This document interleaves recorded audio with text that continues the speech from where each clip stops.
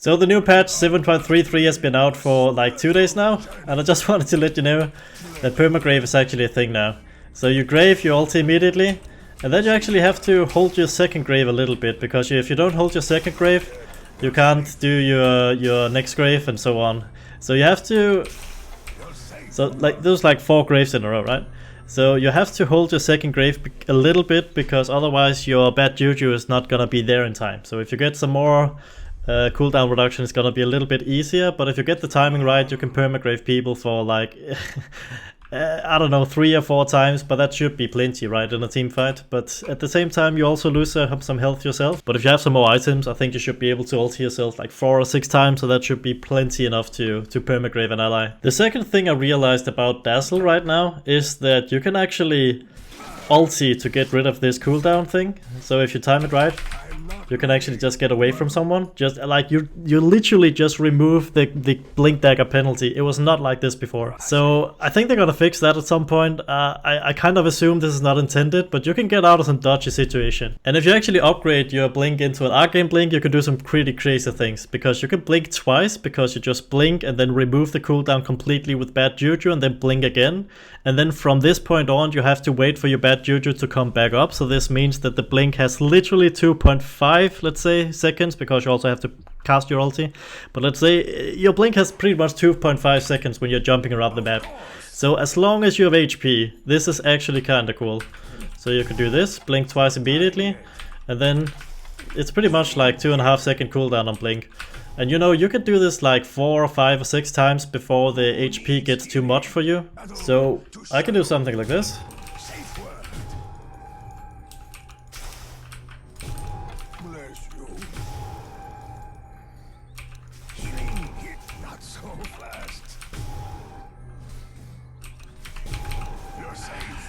So you get the point. I can blink in and out all the time and just keep graving. Obviously you're gonna run out of HP at some point. At this point I only have these 2 items, I only have 2k HP, so I'm gonna run out pretty quickly.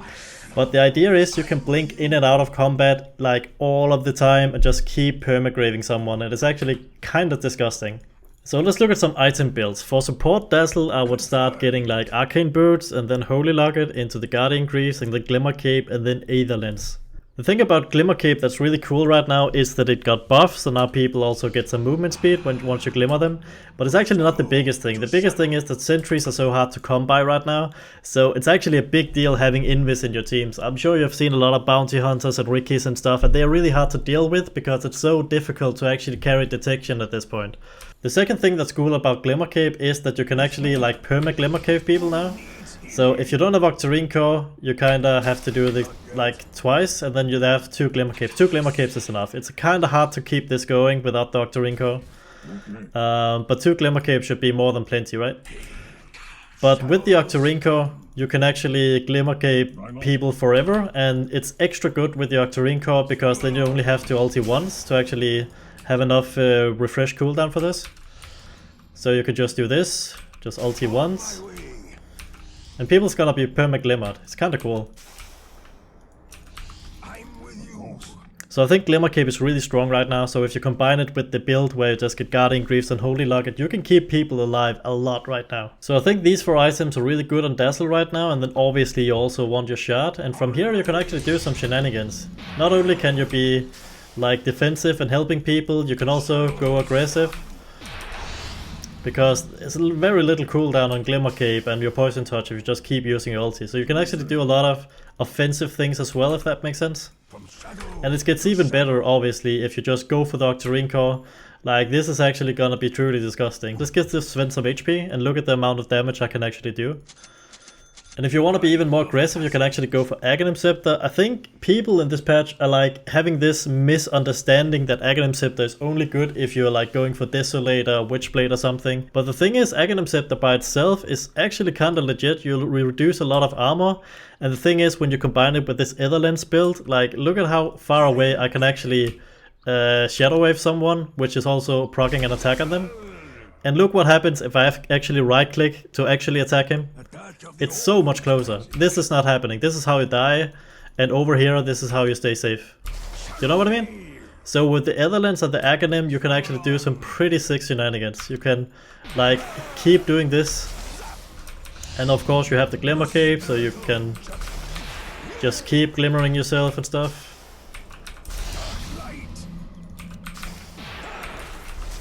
So you get the point. That's actually, like, right now, what has he done? Modified by 15, so now he got 15 less armor. It's actually a lot. And if we do include the Octarine core as well, you can actually pump out damage, because you can just keep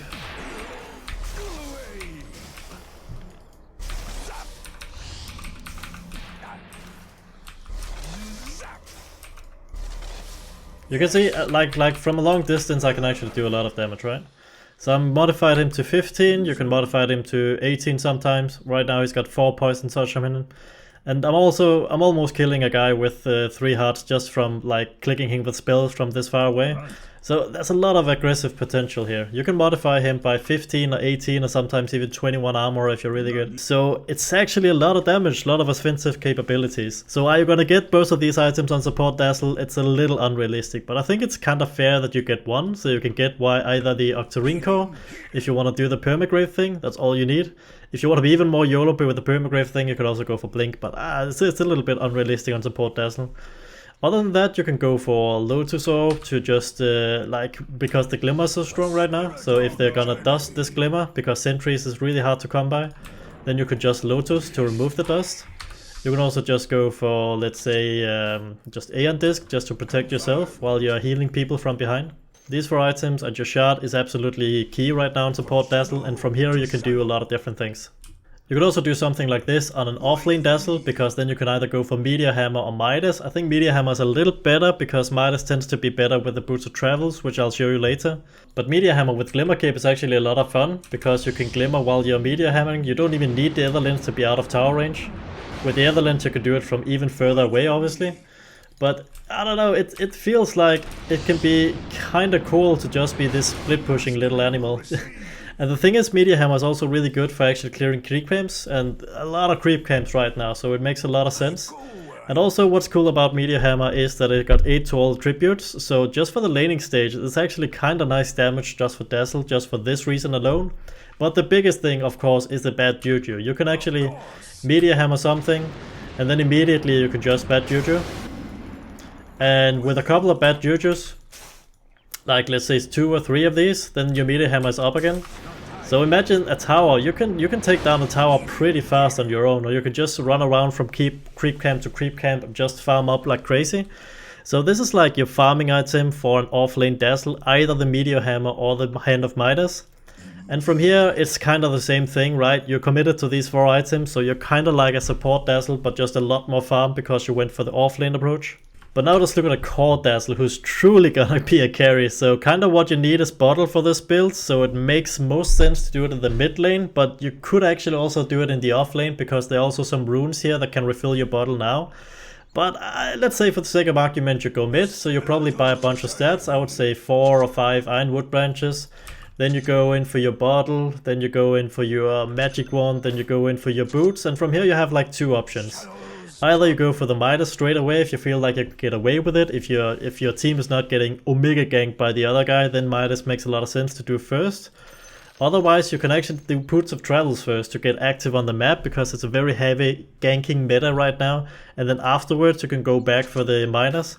But here's why Midas is really cool right now. So you Midas something, and let's say you're low on resources, you're gonna notice I don't really have a lot of like a regen with this build. I don't have a Perseverance, I don't have a Guardian Greaves or anything, but it doesn't really matter much, because I can just stay in base and I can just like do this a couple of times, and this is gonna refresh my Midas by a fair bit, and now I can actually already travel out again. So it takes me like, let's say 10 seconds or something, maybe 15 seconds at the most, to just go to base, refill completely, reduce my Midas cooldown with like 30 seconds or something, and then I go back into the battle. I think this is very legit. This actually, it's kind of cool. Whenever you have downtime, you just go to the base, you just refresh your Midas a couple of times. If you're in the field, if you don't want to go to base right now, you can just use your ulti and have like 4 stacks on you. Around 4 stacks is where I would stop, because otherwise it's gonna, the HP is gonna hurt you too much. But you can have 4 stacks of this and still walk around, and now you have to wait for the Bad Juju to go away, and then you could do another 4 stacks. So you can also reduce the Midas this way. But I think it's a really cool idea that you could just go to Fountain and just reduce your Midas a bunch of times and come back with full resources. And this is why bottle is really important, right? Because you're kind of like a tinker a little bit. So I showed you the thing with the blink dagger with no cooldown, and now you're going to travel to base all the time. I don't know, it feels like a little bit of a tinker. I kind of like it, I kind of dig it. So from here you actually buy a Vanguard. It sounds pretty dumb, but the thing is Vanguard's built directly into Octarine core now. So every time you buy Octarine core, you just start with a Vanguard, right? Then you disassemble this, and then you like buy your Octarine core, right? If you want to continue to be greedy, I think Octarine core first makes the most sense because it also reduces your Hand of Midas and also your ulti. When you factor in that your reduction gets a lot better, and then your Midas cooldown also gets a lot better, it's actually a lot of reduction on your Midas when you put these two together. Other than that, if you want to fight a bit more, you can also just go for Aghanim Scepter. And like I said, you might think Aghanim Scepter, it only works if you have Desolate or something. I tried it with Desolate, I tried it with Witchblade. Witchblade is kind of cool, but I feel like I don't really have slots for it. But you don't even need it, right? Because this is actually so much damage just with the poison and the poison talent and the extra attack you get from Shadow Wave. It's plenty. You don't need damage with Dazzle. It's enough. You just need to stay alive. So having this in mind, I think what you go for now is either a Satanic or a Lincoln Sphere. You'll probably even get both sooner or later. And then I think we're gonna go for the Arcane Blink. If you don't want to go Arcane Blink, if you feel like it's a little bit too expensive, a little bit too memey, that's actually an argument that you just buy Netherlands, to be honest. Instead of the Arcane Blink, it's actually totally fine. But the thing about the Satanic is that even with no items, if I have like middle of the creep wave or in the middle of 3 heroes, if I just get my grave off and I have 0 HP, then I press my Satanic and then I Shadow Wave somebody, you're gonna heal like 2/3 of your HP. Depending on how many people are there, you're gonna heal to full sometimes. It's like Pangolier if you buy Satanic on Pangolier and use his Q, right? It's actually so much heal, it's insane. So I kind of like the idea with the Lincolns and the Blink. You could also do both Blink and Netherlands just to be completely elusive, but it's a little bit overkill. And then the last item could be like, you know, the nerfed BKB is probably good enough. You can also just go for like a Heaven's Halberd. You could also go for, if you want to be completely memey, like Wind Waker, because Wind Waker with like Arcane Blink and like this cooldown, yeah, you can be pretty, like, it's actually hard to... It's actually hard to catch you if you just keep doing this, right? But I don't think I would go for the Wind Waker. I think seriously, just having this and the Aghanim Scepter is probably enough. And then if you get even more, I think BKB is actually pretty nice. Just because if you're getting stun locked, it's kind of nice to have BKBs just so you can make sure that you get to press your grave and get to press your Satanic and your heal, because this is gonna heal you to full. So I think this is the build I would go for on Carry Dazzle, or yeah, something like this. And like I said, it's you might think you don't even have a damage item, but like I mentioned before, it's all about the poison touch and the Shadow Wave. You just keep spamming this on some guy and they will die, believe me. You don't even need damage. So it's just about staying alive, so you can actually get to press a lot of Shadow Waves and a lot of poison touch on your enemy.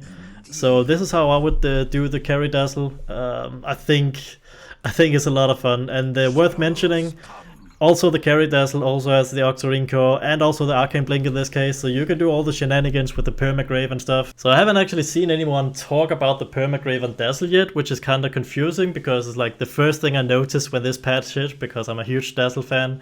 So I thought it was kind of obvious, but nobody's actually talking about it. So I thought I would just make this video to just let you know that is a thing now. Permagrave is back, and so these are the 2 items builds I would go, depending on if you're support, depending on if you're carry. So thanks for watching, and have a nice day.